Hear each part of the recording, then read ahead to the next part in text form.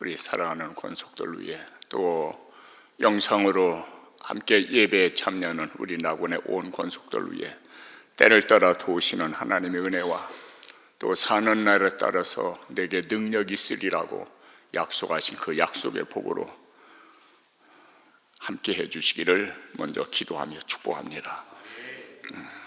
오늘 예배가 이제 정상으로 이렇게 드리기로 그렇게 작정이 되어졌었고 또 모든 준비를 다 이제 마쳤는데 갑작스러운 그 상황의 변화로 인원해서 전체적인 예배 드리지 못하게 된 것을 하나님 앞에 죄송하게 생각하고 또 회개하는 마음으로 또 하나님이 하시는 모든 일이 선나온 줄 그 약속을 믿고 또 감사하는 마음으로 이렇게 예배에 임하게 됩니다. 나 한 사람의 기도, 그것이 무슨 유익이 되겠나라고 그렇게 때로는 생각하게 됩니다. 그래서 때로는 나의 기도가, 무슨 나 같은 것의 기도가 그렇게 큰 역사를 일으킬 수 있겠는가라고는 그런 생각을 가지게 되는데, 저도 때로는 그런 마음과 생각을 가질 때가 있습니다. 하나님의 말씀에 비춰볼 때는 절대로 그렇지 않습니다. 예를 들면은 열왕기상 8장 37절 38절에 기록된 말씀을 보면은 이렇게 기록됩니다. 만일 이 땅에 기근이나 전염병이 있거나 곡식이 시들거나 깐부기가 나거나 메뚜기나 황충이 나거나 적국이 와서 성읍을 에워싸거나 무슨 재앙이나 무슨 질병이 있든지 막론하고 따라 삽니다. 한 사람이나 혹 온 주의 백성들이 이 전을 향하여 기도나 무슨 간구를 하거든 주는 계신 곳 하늘에서 들으소서. 한 사람이나 온 주의 백성들이 이 전에 무슨 기도나 간구를 하거든 하나님께서 들어달라고 하는 그 솔로몬의 기도, 그리고 하나님께서 그 기도를 들으셨고 성전에 하나님의 영광이 가득 찼던 것을 우리는 발견합니다. 나 한 사람의 기도가 상상을 초월하는 엄청난 능력을 또 은혜와 사랑을 이렇게 힘입을 수 있다고는 그 사실을 깊이 마음으로 받아들이고, 오늘 여러분 한 사람의 이 드려지는 예배가 나를 살리고 내 가정을 살리고 이 낙원제일교회를 살리고 한국교회를 살리고 이 나라 민족을 살리는 에너지 원이 될 줄로 믿는 겁니다. 그런 풍성한 은혜가 넘쳐나기를 다시 한번 축복합니다. 엘리야 한 사람의 기도가 3년 6개월 한재로 말미암아 죽음이 땅이 되어졌던 그곳에 하늘이 열려지고 비가 쏟아지는 것과 마찬가지로 나 한 사람의 기도가 이 한재에 처해 있는 이 나라 민족 그리고 나 자신 이 교회에 이르기까지 하늘문이 열려지고 은혜의 단비가 내려지는 여러분의 기도가 되어지기를 또한 소원합니다. 다윗 한 사람의 기도가 역대상 21장 사무엘하 24장 1절에 보면은 사탄이 일어나 이스라엘을 대적하고 다윗을 격동하여 이스라엘을 계속케 하니라. 이 다윗의 왕의 교만이 결국은 하나님의 진노를 불러왔고 그로 인원해서 7만 명이라고 하는 억울한 백성들이 죽임을 당하게 됩니다. 그때에 이 다윗의 회개가, 그 다윗의 기도가 예루살렘으로 향하여 섰는 죽음의 천사의 칼을 칼집에 꽂게 했고 그 역병이 끝난 것을 우리는 성경을 통해서 발견합니다.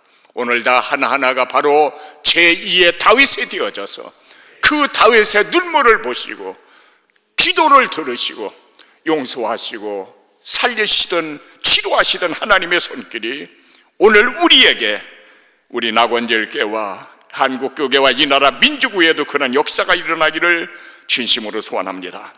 그래서 마치 우리의 기도가 존 낙스의 기도와 같이 그 기록에 의하면 30리 밖에서도 그 존 락스의 기도가 들릴 정도의 그런 애절한 기도가 있었다고 그렇게 말하고 있습니다.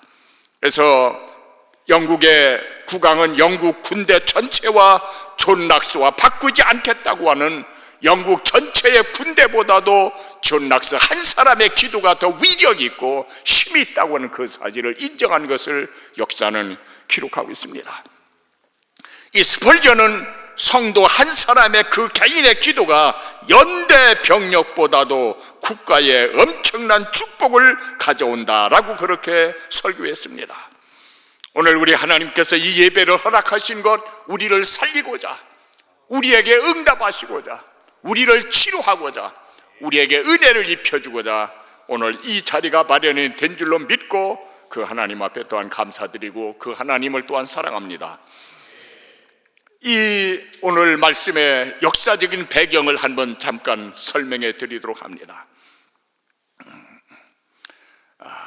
이 역사적인 배경을 보면은 주전 약 1700년대 이제 애굽의 역사를 보면은 12왕조, 그때의 왕조가 힉소스 왕조라고 그렇게 기록되어 있습니다. 모세가 18왕조에 태어났던 것을 생각하면은 이 모세가 태어나기 죽어도 거의 한 400여 년 전 이 12왕조, 이 12왕조는 이집트 역사의 기록에 보면은 그 오리지널 이집트인이 아닌 아시아인이 바로 왕 위에, 바로 왕 위에 있었다라고 그렇게 기록하고 있습니다. 그 바로 왕이 꿈을 꿨습니다. 우리 잘 아는 그대로 나일강변에 이 바로 왕이 서 있는데 아주 살찐 7마리의 암소가 풀을 뜯어먹고 아주 즐겁게 지내고 있습니다. 그런데 보니까 또 아주 비쩍 말라버린 너무나도 흉악한 모습의 7마리의 소가 또 나타나더니 그 살찐 아름다운 7마리의 암소를 다 잡아먹습니다. 그런데도 불구하고 그 도무지 흉악한 비쩍 마른 그 소가 살이 찌지를 않습니다. 잠시 후에 또 꿈을 꿨는데 아주 충실한 7 이삭이 나옵니다. 그리고 잠시 후에 또 아주 비쩍 마른 7 이삭이 나오는데 그 비쩍 마른 7 이삭이 살찐 아주 풍성한 7 이삭을 다 삼켜버립니다. 너무나도 깜짝 놀라는 꿈이었습니다. 그 꿈을 해몽할 자가 이집트 땅에 존재하지 않았습니다. 그때 마침 요셉이가 등용이 돼가지고 그 술 맡은 관원장과 떡 맡은 관원장의 꿈풀이를 해주는 바람에 그때를 술 맡은 관원장이 기억하고 요셉이를 천거를 하고 요셉이가 이제 바로왕 앞에 서고 그 꿈에 대한 해몽을 합니다.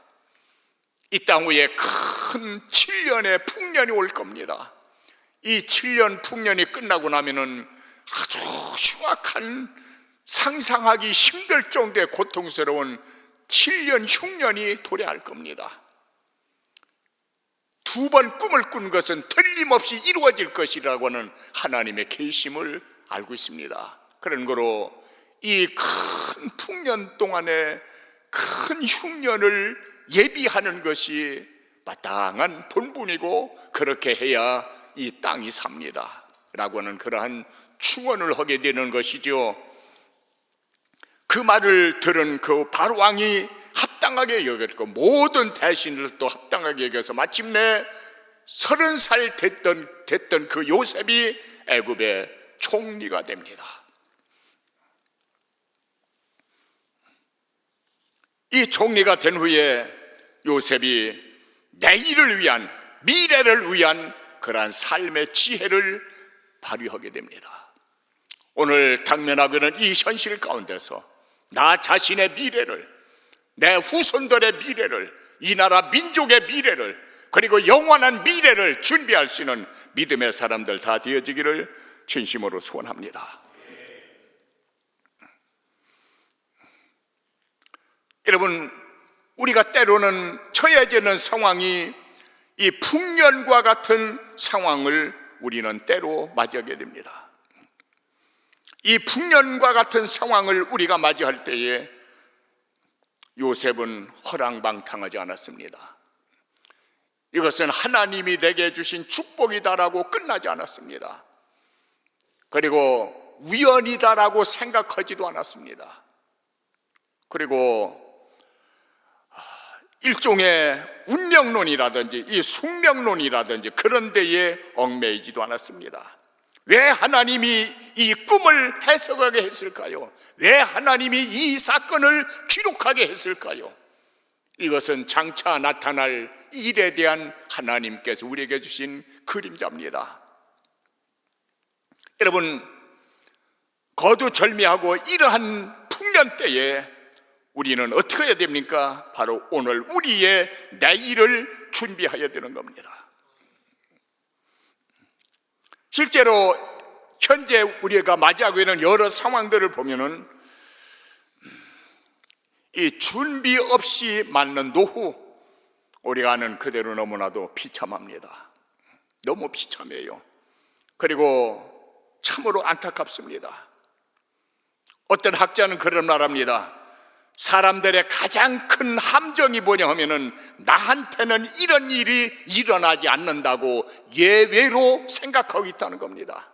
설마 나한테도 이런 일이 닥칠까 보냐라고 그렇게 자기는 열외인 줄로 생각하고 있다는 것, 그것이 엄청난 함정이 되고 있다라고 그렇게 말하고 있습니다. 이 삼성증권의 어느 간부는 그런 말을 했습니다. 이 노년을 준비하기 위해서 모든 소득의 10%를 꾸준히 저축하도록 하라고, 예비하도록 하라고. 아니면은 최하 국민보험이라도 드러낼 수 있도록. 그것은 너나 할 것 없이 마찬가지입니다. 어떤 사람들은 그런 얘기를 합니다. 우리가 국민보험 이제 혜택을 볼 때까지 이 나라 경제가 존재하겠느냐, 완전히 빚더미에 쌓일 것이라고 그렇게 생각하고 포기를 합니다. 조금만 더 멀리 보면은 여러분, 나라가 쇠하고 망하면은 우리 살 수도 없는 겁니다. 그런 차원에서 내일을 바라보며 최하 이 국민보험이라도 들어서 노후를 예비하는 것이 지혜로운 처세다라고 그렇게 말하고 있습니다. 두 번째로 건강이죠. 건강. 이 건강을 잃게 되면 모든 것을 다 잃어버리게 되는 겁니다. 여러분, 건강을 잃으면 돈도 명예도 그 어떤 것도 아무 소용이 없는 겁니다. 그런 거로 건강을 준비하라는 겁니다. 어떻게 건강을 준비합니까? 어느 기록에 보니까 이 운동 부족으로 인해서 하루에 체내에 축적되는 300에서 400칼로리를 소비하기 위해서는 매일 10,000보 정도를 걸어야 된다라고 그렇게 말하고 있습니다. 그래서 10,000보 걷기 운동을 많은 사람들이 동참하고 있죠. 이 10,000보는 천천히 산책하면은 약 60분 정도 걸리고 거리로 보면은 약 5km 정도 된다고 그렇게 말하고 있습니다. 이러한 이제 걷기 운동이 뼈를 튼튼하게 하고 비만을 예방하고 그리고 노화를 막고 혈압을 정상으로 조절하고 콜레스테롤을 수치를 저하시키고 스트레스를 해소하게 만들고 몸속에는 모든 노폐물을 배출시켜 준다라고 그렇게 말합니다. 세 번째는 자녀들을 위해서 준비해야 되겠죠. 이 자녀들을 위한 그 준비는 우리 한국 사람의 가장 큰 맥점이 뭐냐 하면은 마치 요즘 그 캥거루 자녀라고는 말이 있지 않습니까? 그저 죽을 때까지, 늙어서 죽을 때까지 자녀를 품에 안고 그로 인해서 고통을 감수하는 것이 이 민족의 그 특성이라고 할까요? 사랑이라고 할까요? 어리석은 처세라고 할까요?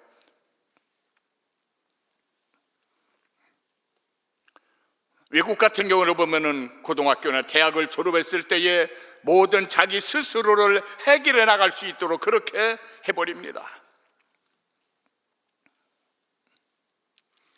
이 동물 세계에서도 보면은 그렇게 어린 새끼를 사랑하다가도 어느 정도 성장을 하게 되면은 아주 매몰차게 어미가 새끼를 떼어버리는 그런 것을 우리는 보게 됩니다.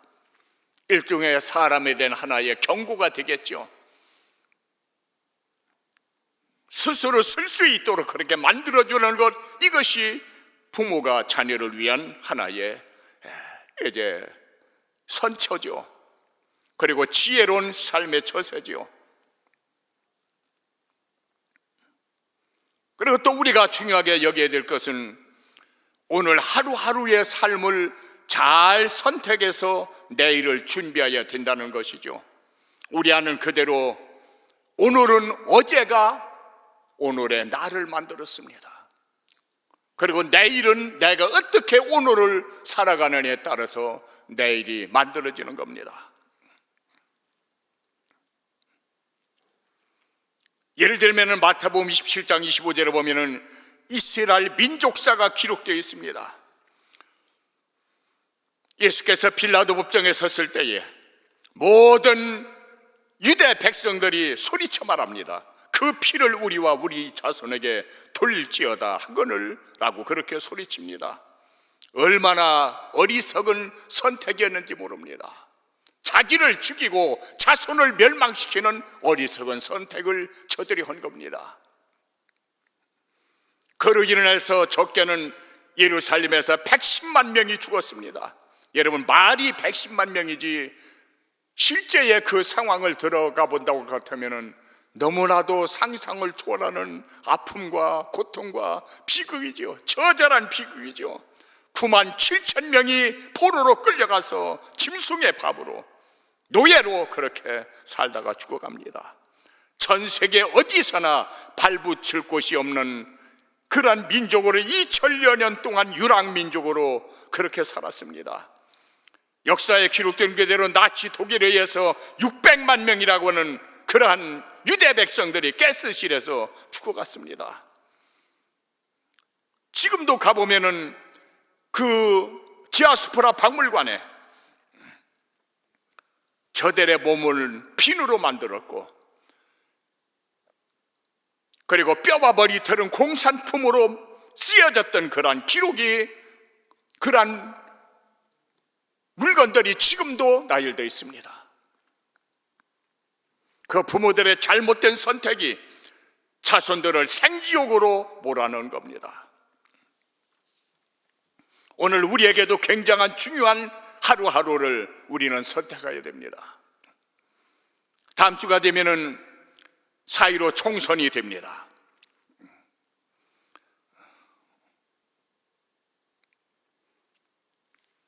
어느 당 대표가 이렇게 기록한 것을 보니까 모든 총선에 국회의원들 나온 사람들의 40%가 전부 다 전과자들입니다. 약 40%.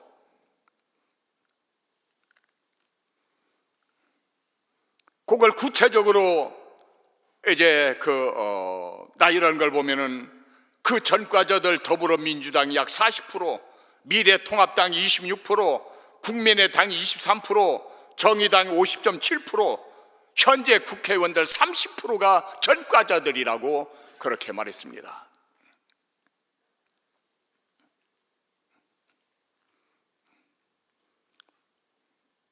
어떤 분은 그런 기도를 드리면서 하나님 앞에 성령의 조명을 받았는데, 만약에 이 교회가 깨어 일어나지 못하게 된다고 것 같으면 제2의 중국과 같은 그 시진핑이 다스리는 그러한 중국과 같은 상황을 이 땅이 맞이하게 될 것이다라고 그렇게 경고의 음성을 발하고 있습니다. 적어도 우리는 이 나라를 위해서, 그리고 우리의 후손들을 위해서 잘 선택해야 됩니다. 적어도 하나님을 경외하는 이들이 국가의 지도자가 되어지는,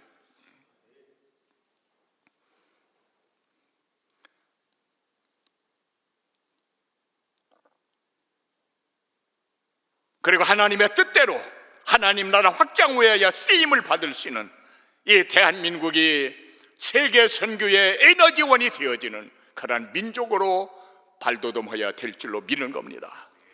마지막으로 내 새를 위한 준비입니다.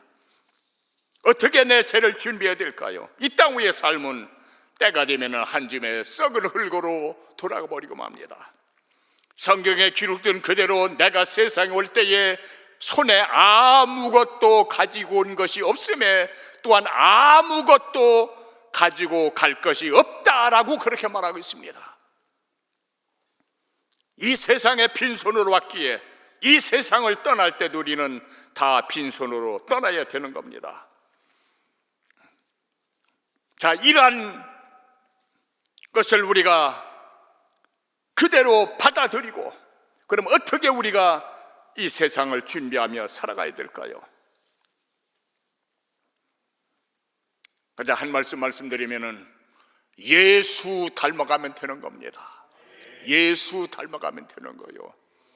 여러분, 예수 그리스도의 삶을 보면은 자신을 위한 삶이 하나도 없었습니다. 전부 다 이타주의적인 삶으로 일관되어 있었습니다.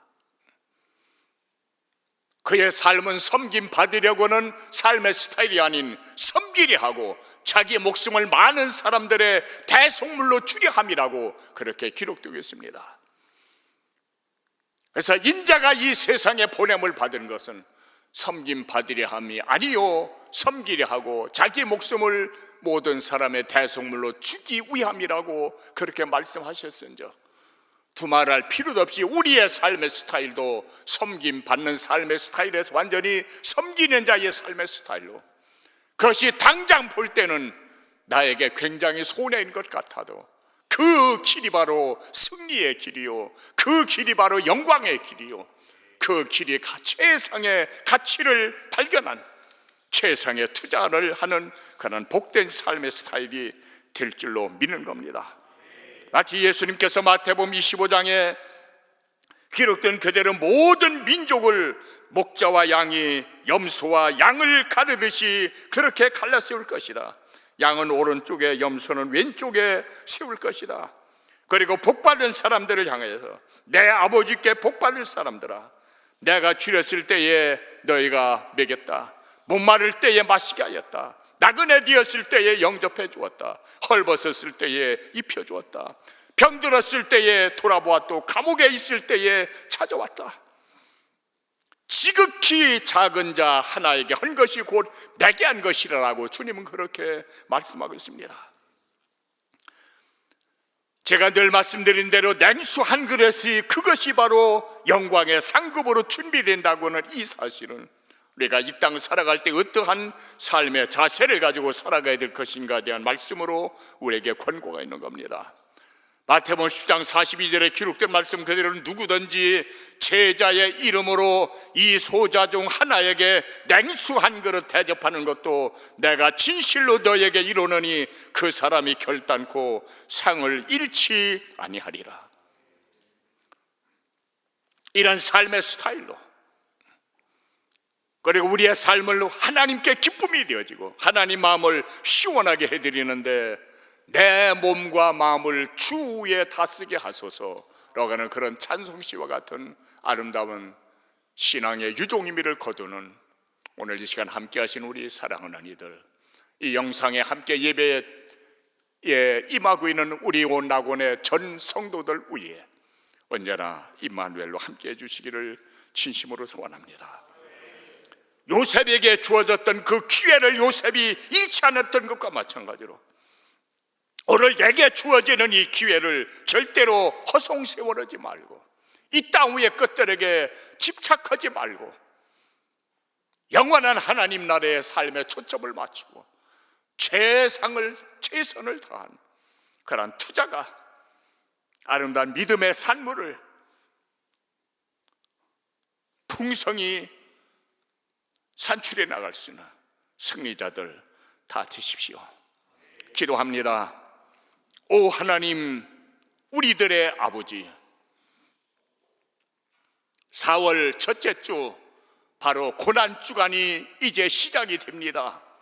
아버지, 저들이요 그리스도의 고난에 동참할 수 있는 믿음의 사람들 만들어 주십시오. 그것이 바로 십자가의 길이요, 그 십자가의 길이 영광의 길이요, 승리의 길이요, 생명의 길임을 깨달아 알게 하여 주시고, 한 사람도 이러한 복 있는 자리에서 나고자 되지 아니하도록 해 주옵소서.